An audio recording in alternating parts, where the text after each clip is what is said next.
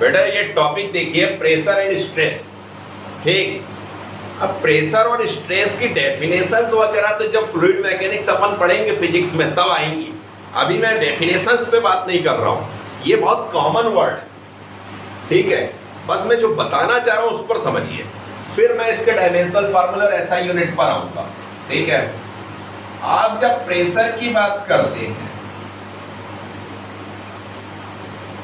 तो होता है फोर्स अपॉन एरिया, और जब आप स्ट्रेस की बात करते हैं तो भी होता है फोर्स अपॉन एरिया।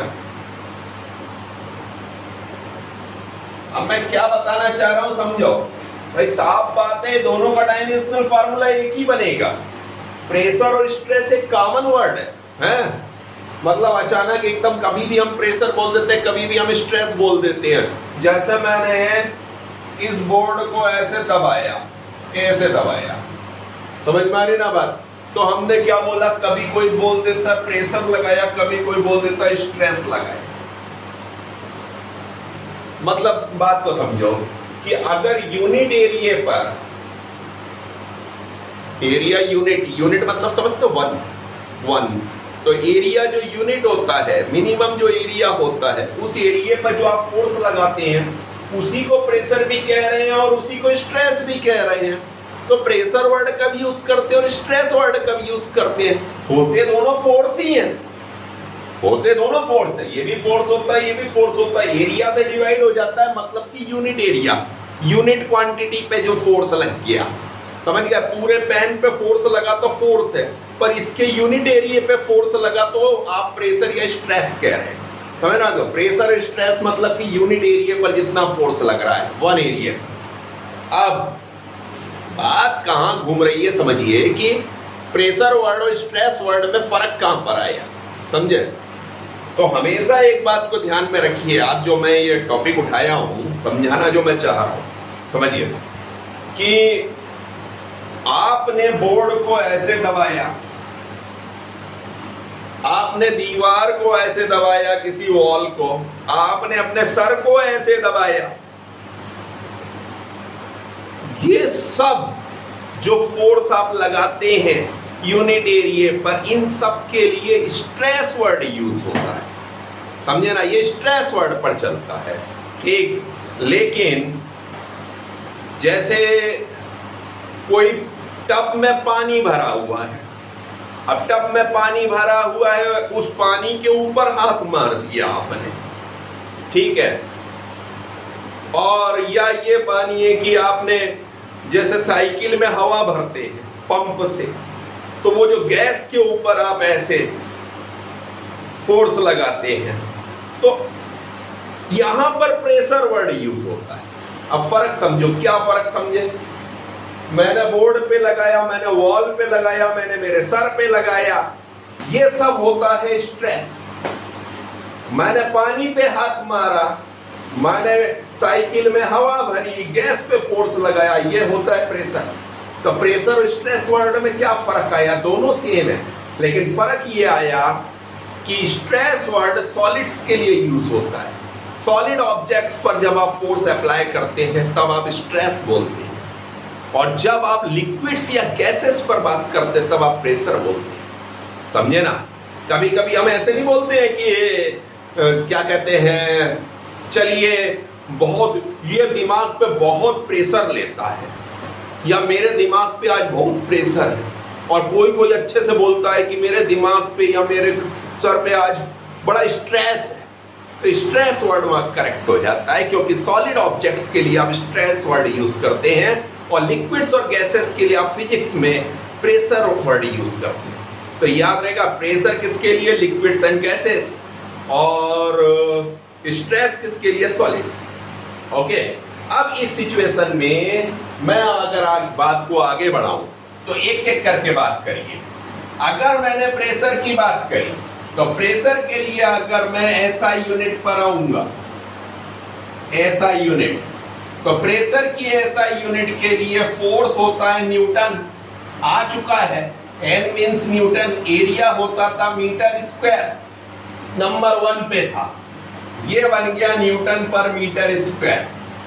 ओके, बस एक बात याद रखना, इस प्रेशर की जो ये यूनिट होती है, इस यूनिट को आप पास्कल भी कहते हैं। ये जो पास्कल है, ये फ्लूइड मैकेनिक्स का, लिक्विड्स के लिए जो फिजिक्स चलता है उसका किंग है ये पास्कल। इसके बड़े बड़े प्रिंसिपल हैं, हाइड्रोलिक लिफ्ट वगैरह और पता नहीं क्या क्या इसके लिए आएंगे। Hydraulic brake, hydraulic lift. Hydraulic lift समझते हो?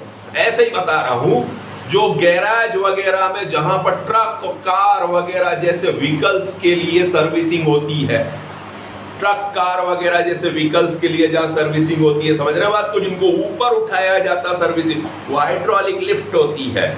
हाइड्रोलिक ब्रेक समझते हो? जो बड़े बड़े व्हीकल्स में, ट्रक वगैरह में जो ब्रेक यूज होते हैं वो हाइड्रोलिक ब्रेक होते हैं। वो सारे प्रिंसिपल पास्कल ने दिए हैं। उसको सम्मान देते हुए उसके ऑनर में बताया गया है कि प्रेशर की यूनिट आप क्या लेंगे? पास्कल। तो इसी न्यूटन पर मीटर स्क्वायर को प्रेशर के लिए बोला जाता है पास्कल। बोलिए क्लियर? बात को आगे बढ़ाते हुए चलिए कि अगर आपने प्रेशर का डायमेंशनल फार्मूला बनाया, डायमेंशनल फार्मूला, तो प्रेशर के लिए, फोर्स के लिए आता है mLT-2, ये बना चुके हैं। एरिया का नंबर 1 पर था L स्क्वायर, फर्स्ट नंबर पर था L स्क्वायर। फोर्स भी बना चुके हैं mLT-2, ऊपर देखिएगा बना हुआ है। ऊपर सारे फार्मूले आपको कॉपी में मिलेंगे। एक L काट दो भाई, एक L काट दो, क्या बचा आप बोलो?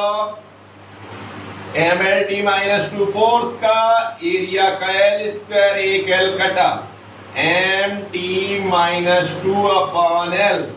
अब बनाओ M, ये L ऊपर ले जाओ तो नीचे 1 है, ऊपर जाकर -1 और T-2 एज इट इज। ये फाइनल आंसर मिला ही है। mLT-2 फोर्स का, L स्क्वायर एरिया, एक L कट गया, L1 ऊपर गया, -1 हो गया। मेरे हिसाब से क्लियर भी हो गया होगा। बोलो क्लियर है? ml-1 T-2, ये बना आपका डायमेंशनल फार्मूला प्रेशर का। अगर मैं यही बात करूं स्ट्रेस की, स्ट्रेस भी होता है फोर्स अपॉन एरिया, यूनिट वही, ये न्यूटन, ये metre square, Newton per metre square. पर इसमें आप पास्कल नहीं बोलते। पास्कल यूनिट प्रेशर में ही यूज होती है, स्ट्रेस में नहीं। याद रखना बेटा, कॉपी में नोट करना। Pressure, SI unit, pascal. Dimensional formula मैंने बनाया था, ठीक। और इसमें एसआई यूनिट स्ट्रेस में न्यूटन पर मीटर स्क्वायर, और इसका डायमेंशनल फार्मूला, इसमें पास्कल नहीं आता है, कसम खा के रखना, प्रेशर में आता है। और इसका डायमेंशनल फार्मूला अगर बनाया तो वो तो सेम ही बनेगा। डायमेंशनल फार्मूला आप क्या बनाएंगे बोलो? स्ट्रेस, फोर्स के लिए वही mLT-2, एरिया वही L स्क्वायर, एक L कटेगा और सेम आंसर आएगा ml-1 T-2, नो चेंज।